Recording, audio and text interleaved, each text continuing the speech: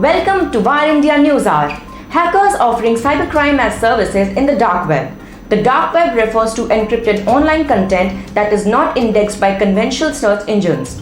Specific browsers such as Tor browser are required to reach the dark web. The dark web is a part of the internet that isn't indexed by search engines. You can hire hackers to attack computers for you. You can buy usernames and password. Not everything is illegal. The dark web also has a legitimate side.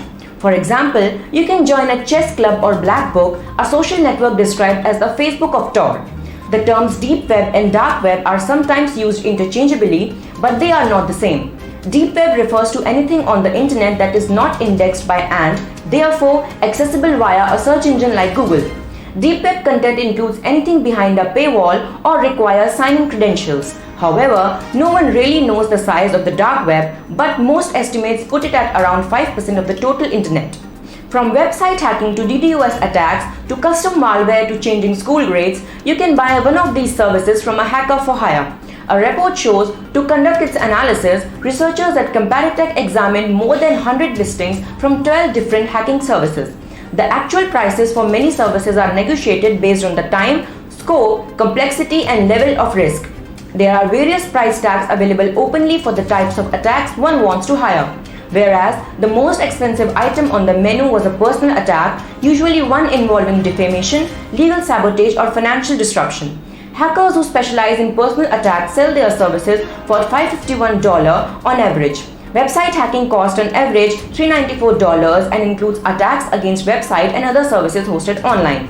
A computer and phone hacking service runs $343 on average. At the same time, hacking to target a social media account costs on average $230, email hacking sells for $241 on average, and many more are available. Let's look into today's headlines in VAR India. Google Cloud CEO Thomas Kurian rated A grade on partner transformation. Partner transformation is the key to succeed in any business one can think of.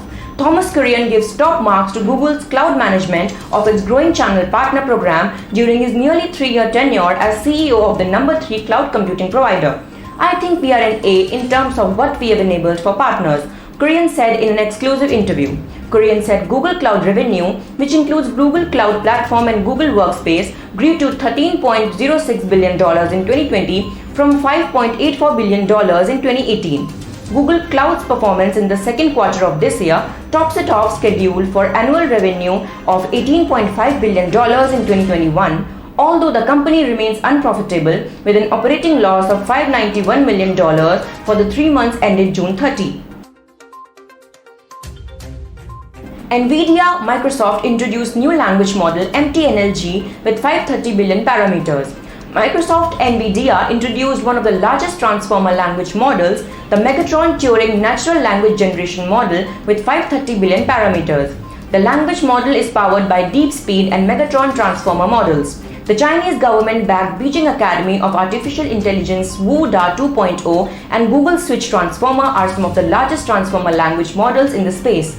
Transformer-based language models in NLP have witnessed rapid progress fueled by computation at scale, large datasets, and advanced algorithms to train these models. IT portal making steady progress, 1.9 crore returns filed, says Salil Parekh. After users have complained of issues like login failure, Infosys CEO and MD Salil Parekh said, as of yesterday we had over 1.9 crore returns that have been filed using the new system. Today the income tax return forms 1 through 7 are all functional. Most of the statutory or several other statutory forms are available on the system. The system is seeing somewhere between 2 and 3 lakh returns being filed each day. Parekh said, adding that the system has seen a steady increase in usage over the last few weeks. US overtakes China as world's largest Bitcoin mining center. Bitcoin mined in China had previously dominated the global supply. The country accounted for nearly 67% of Bitcoin mining worldwide a year ago.